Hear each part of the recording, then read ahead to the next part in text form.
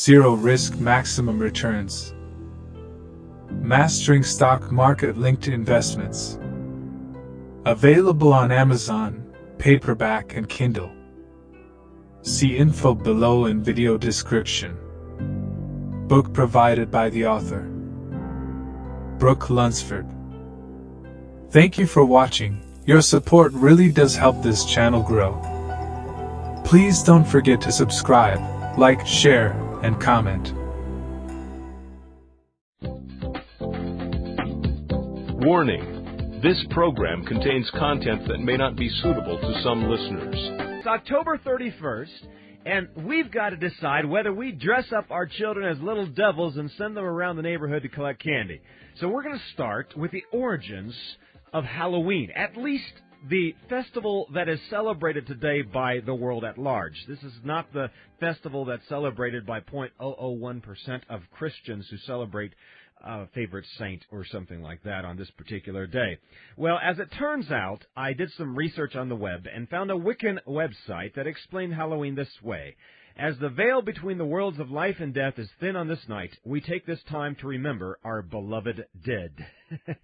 So, the Wiccan, those that are, shall we say, epistemologically self-conscious, a big word, just says they know what they believe, about what they believe concerning their worldview, these Wiccans really celebrate Halloween as a celebration of the dead. And Dave, this is not the first time anybody has celebrated the dead. No, but they more celebrate death than just the dead. Because we remember the dead, we remember the saints who went before us, but they're celebrating that particular macabre part of death. The big question is why you remember the dead. The ancient Druids celebrated a day called Samhain. It's spelled actually S-A-M-H-A-I-N, Samhain. And there is a little confusion among Christians as to what Samhain is. Some think that it's a name for a god, but as it turns out, if you do the research, you're going to find out that it was a feast of the dead. The Day of the Dead was also celebrated in Mexico and South America. The Aztecs, the Mayans, the Totonacs, others celebrated the Day of the Dead over the last 3,000 years in these Mesoamerican civilizations. It was common practice for these guys to keep skulls as trophies and display them during rituals to symbolize death and rebirth. The festivities were dedicated to the celebration of children and the lives of dead relatives. And I lived in Japan, and I remember every August we would see the Japanese celebrate the Bone Festival. And this, of course, was the Day of the Dead, celebrated in the first week of August. They would take almost the entire week off. It would be the day in which the spirits of the dead would return for a brief period of time. They would give them a little treat and try to trick them back into the spirit world. So that was the whole idea of the Bone Festival. Well, why is it, then, that so many ancient cultures have celebrated this day for thousands and thousands of years? Why does it appear in all these cultures around the world? The fact of the matter is, folks, it dates back to the flood. It is the Day of the Dead, the celebration of the memory of those millions who perished in the flood. It is the day that we do not remember God. And this is the point. We do not remember God, the God who destroyed the world. The God who is the judge of the world, the one who holds us accountable for our sins, and the one who destroyed the world by a flood and will one day destroy the world by a fire. It is the day we do not remember the God who created the world and who will one day come back and judge the world. It is the day that we remember the dead that God destroyed. That's just it. And Dave, it's a wonder why people celebrate the dead. I think it's just as an excuse not to celebrate the God who created the world, the one who also destroyed the world some 3,500 years ago. Well, when we celebrate our God, we celebrate the one who brought life and brought life to the full. And when we reject that God, we're going to reject that life that he brings, and we're going to celebrate death. We're going to celebrate that which rejecting God brings about. So we have a whole holiday set aside where we can remember death. Now, it would be a whole different holiday if we remembered, say, Noah and the 8 survivors on the ark, as opposed to the millions that perished. But we don't have a holiday for Noah. No, we don't. And the Bible says, all those who hate me love death. And so, Dave, I think we have an explanation as to why people are so infatuated with death, and especially during the time of Halloween. They love death. The Bible says you're either going to love God or love death. They hate God, so they love death. And those that love death, like the Druids and the Wiccans and most Americans today, celebrate death on Halloween. Well, and they celebrate it every time they go to the movie theater, because your normal movie theater fare is about death. Whether it be a horror movie or whether it just be a mystery, somebody's going to die. Well, and of course, there have been attempts in history to revive a Christian view of life during this time, and we had the Roman Church develop All Hallows Day, or All Saints Day, from which we get Halloween. Also, the Roman Church developed a day on November 2nd. It was the All Souls Day, or the Roman interpretation of the Day of the Dead, in which they celebrated the martyred dead on that particular day. So you have the Christian Day of the Dead and the pagan Day of the Dead. But Protestants, as you well know, celebrate, many of them celebrate Reformation Day, because this was the day that Martin Luther nailed his 95 Theses on the door of the Wittenberg Church. It's a key day in the history of the church. Yeah, Martin Luther didn't have any idea what he was doing at the time. He thought he was posing a challenge for a debate on 95 points. A couple of brothers who were starting up a print shop wanted some notoriety, tore down those 95 Theses, translated into German, printed them, distributed them, and the rest is God's providential acts of history. It's a wonderful day, and certainly we can celebrate a day like Reformation Day, but here's the question today. Should we celebrate the Day of the Dead? Should we celebrate Halloween, not in the Christian sense, but in the pagan sense? As it turns out, the ancient Celts, that is, those who lived in Ireland many, many years ago, built huge bonfires and dressed in ghoulish costumes and masks, typically consisting of animal skins and heads, and paraded around the neighborhood to fool the ghosts into thinking they were other spirits. Whether the people scared away the spirits or fooled them into thinking the people were also demons, the whole purpose was to treat the spirits so they would not trick you. And this is something we do today. This is what is happening as children go from door to door, trick or treat, in those ghoulish costumes. It still happens. It still happens today. Yeah, today it's a little different thing. Today, children wear their costumes sometimes year-round to public school. They dress in some ghoulish outfits. And the government goes around and it comes to your door, well, sends you a letter and says, give me a treat or we're going to trick you. So the whole thing has kind of been expanded beyond this day. Yeah. But here's the question for us, Dave. Should we, as dads, allow our little ones to dress up in little ghoulish costumes and go and do the trick-or-treat thing and celebrate this Day of the Dead? Should we join the Celts in warding off evil spirits with costumes? Should we celebrate the Shintoist Bone Festival, where the Japanese appease the spirits of the dead who come back to haunt them during the first part of August? This is, of course, Shintoism. Should we celebrate the Shintoist Bone Festival if we are in Japan, or if we are in a pagan America where we celebrate the Day of the Dead and the dead? Should we celebrate this? Of course, a lot of it has to do with what the meaning of the Day of the Dead is, and the message we send to our children. Should we conform to what the world is doing around us and not ask any questions, or should we develop our own holidays, our own festivals, our own means of celebrating certain things of value to us? You know, Dave, people will come back to you and say, hey, just a couple of kids dressing up and doing trick-or-treat. It doesn't mean anything. What do you say to that? Well, it depends what they're dressed up as and what Dave, they're participating in. Everything means something. Everything means something, doesn't it? They're conveying something to their children. What is it? What are we conveying to our children? Well, what the children are escaping their reality for a night. There's got to be a little bit of concern there. Are your children enjoying playing the part of evil? If they're dressed up as disembodied spirits, ghosts, or if they're wearing a hockey mask and they're going around as the Texas Chainsaw Massacre guy, what message are we sending our children is that they are to enjoy evil, at least for a night. And this brings up the issue of costume parties. When you dress up as a devil or a prostitute, is there some identification with that part that the human heart wants to make? There may be a removal of inhibitions. We know that. Costumes will remove inhibitions.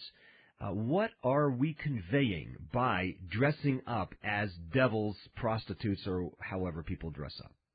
Well, we're conveying an affinity for evil, for the wickedness in our hearts. We're giving ourselves permission for a night, because by and large, we don't dress up in innocent costumes. By and large, girls don't want to dress up as princesses. Maybe the little ones do, but they're more likely to dress up as a Playboy bunny or as a prostitute, and the guys would rather dress as convicts, except for those who are convicts, then it's not really dressing up. So it depends on your neighborhood.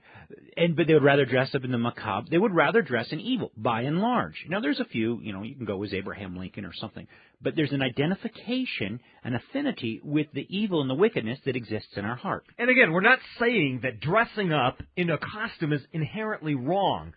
But we are asking the question, what are you communicating to yourself and to others when you dress up that way? Right? That's what we're asking.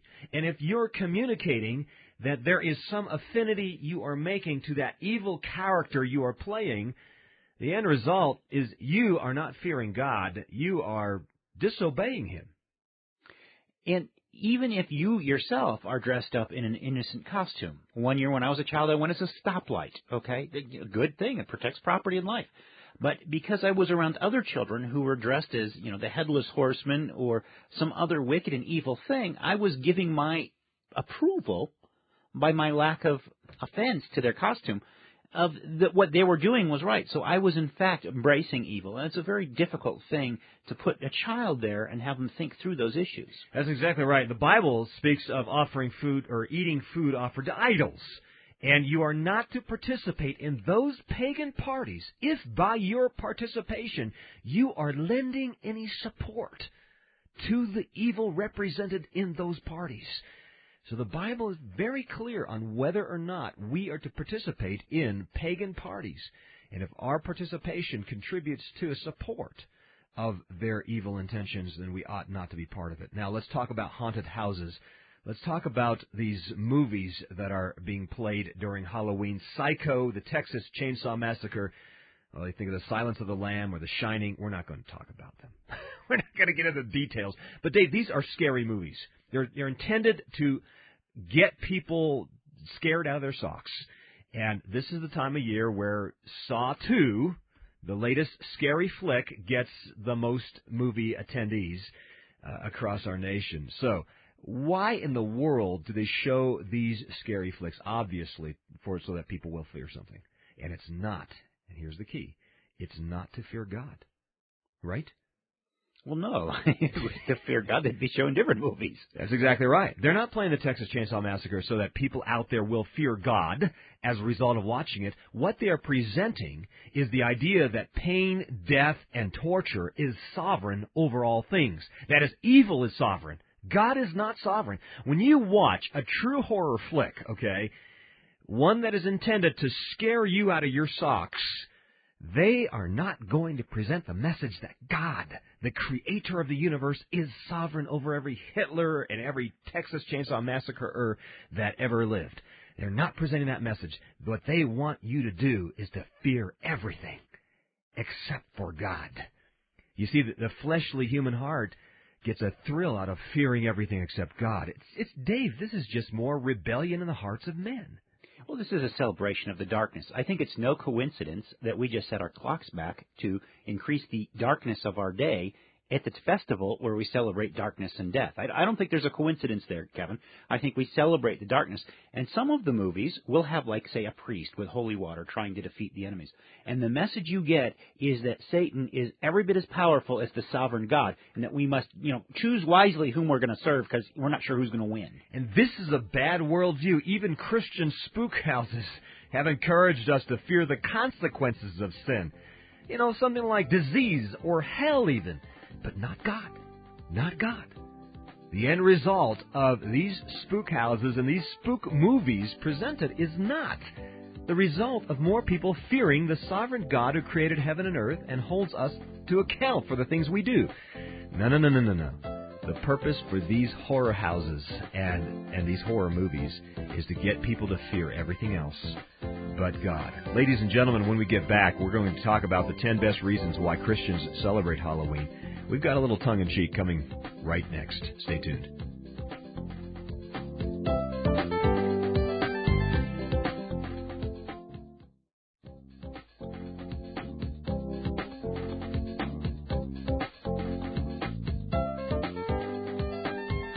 Ladies and gentlemen, we are back with Generations. It's Halloween, and today we're asking the question, should Christians be celebrating this holiday?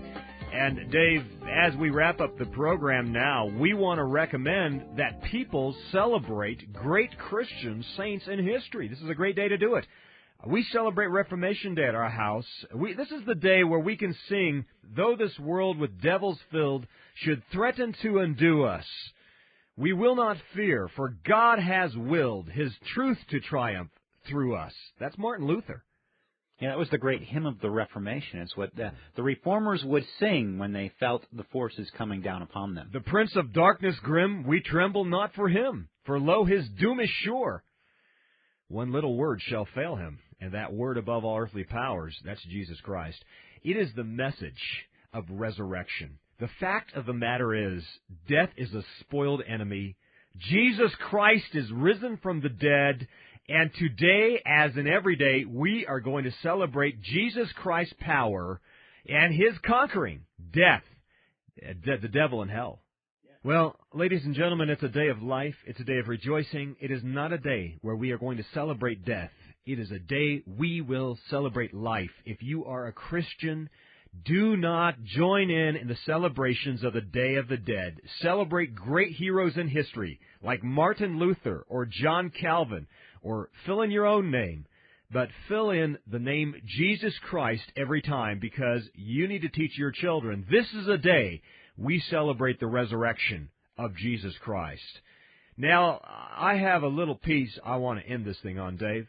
I put this thing together. These are the top reasons why I've heard Christians celebrate Halloween. I get a lot of reasons why people celebrate Halloween, so here's just a couple of them. First one is this. It's kind of like the Old Testament Feast Purim, isn't it? The only difference is you're putting the candles in the pumpkin. All right. The second one is we dress our children up like angels, and they run around the neighborhood and beat up all the kids in the neighborhood in devil costumes. So kind of a biblical worldview twist there on Halloween. And then thirdly, it's a forced redistribution of the candy. That's socialism, a Christian concept, isn't it? Where you redistribute the candy. And then fourthly, at least Halloween supports a supernatural view. Every day they're taught a natural view. There's no such thing as devils or angels. So, well, at least on Halloween we celebrate the supernatural view, though the devils may be in control of everything. Economic reasons. We send our kids out to collect candy. We resell it and then buy Bibles for people in communist countries. Thanks for watching. Your support really does help this channel grow. Please don't forget to subscribe, like, share, and comment.